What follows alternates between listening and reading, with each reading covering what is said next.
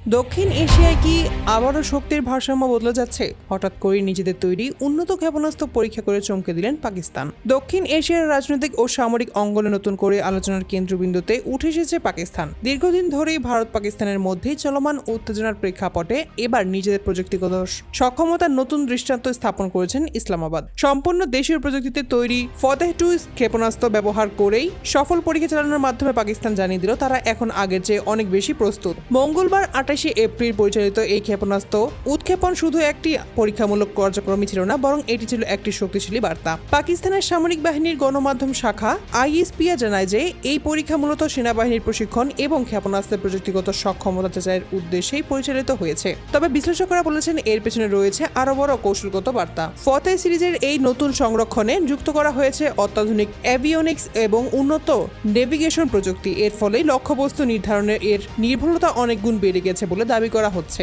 বিশেষজ্ঞদের মতে এই ধরনের প্রযুক্তি সাধারণত আধুনিক যুদ্ধক্ষেত্রে দ্রুত ও কার্যকর প্রতিক্রিয়া জানানোর ক্ষেত্রে গুরুত্বপূর্ণ ভূমিকা রাখে। এই গুরুত্বপূর্ণ পরীক্ষাটি পরিচালিত হয় আর্মি রকেট ফোর্স কমান্ডের তত্ত্বাবধানে। পুরো কার্যক্রমটি সরাসরি পর্যবেক্ষণ করেন পাকিস্তান সেনাবাহিনীর উচ্চপদস্থ কর্মকর্তারা। শুধু তাই নয়, এতে অংশ নেন দেশীয় শীর্ষস্থানীয় বিজ্ঞানী এবং প্রকৌশলীরা, যা থেকেই বোঝা যায় যে এই প্রকল্পটি অনেকটা গুরুত্ব সহকারে নেওয়া হয়েছে। আইএসপিএ তাদের বিবৃতিতে উল্লেখ করেছেন ফতেহ সিরিজের এই নতুন উন্নয়ন পাকিস্তানের প্রতিরক্ষা ব্যবস্থায় একটি বড় অগ্রগতি। এটি শুধুই প্রযুক্তিগত উন্নয়নই নয়, বরং যুদ্ধক্ষেত্রে টিকে থাকার সক্ষমতা বাড়ানোর একটি গুরুত্বপূর্ণ ধাপ। সামরিক বিশ্লেষকদের মতে এই ধরনের উন্নয়ন দক্ষিণ এশিয়ার কৌশলগত ভারসাম্যে প্রভাব ফেলতে পারে। এই পরীক্ষার পরে পাকিস্তানের শীর্ষ নেতৃত্ব সন্তোষ প্রকাশ করেছেন। প্রেসিডেন্ট আসিফ আলী জারদারি এবং প্রধানমন্ত্রী শেহবাজ শরীফ উভয়ই এই অর্জনকে দেশের জন্য একটি বড় মাইল ফলক হিসেবে উল্লেখ করেছেন। তারা সংশ্লিষ্ট বিজ্ঞানী ও প্রকৌশলীর কাছ থেকে প্রশংসা করে বলেছেন যে এই সমস্ত সাফল্য দেশের আত্মনির্ভরশীলতার প্রতীক।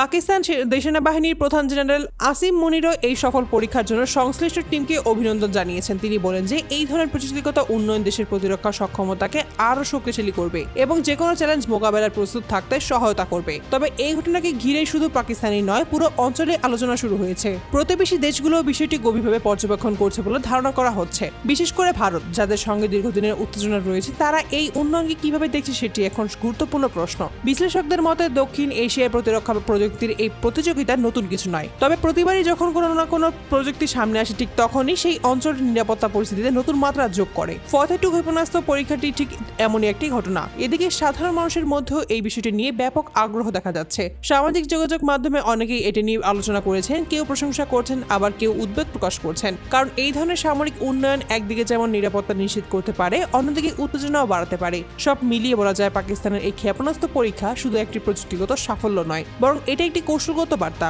এটি প্রমাণ করে যে দেশটি নিজেদের প্রতিরক্ষা সক্ষমতা বাড়াতে দৃঢ় প্রতিজ্ঞা এবং ভবিষ্যতের যে কোনো পরিস্থিতির জন্য প্রস্তুতি নিচ্ছে।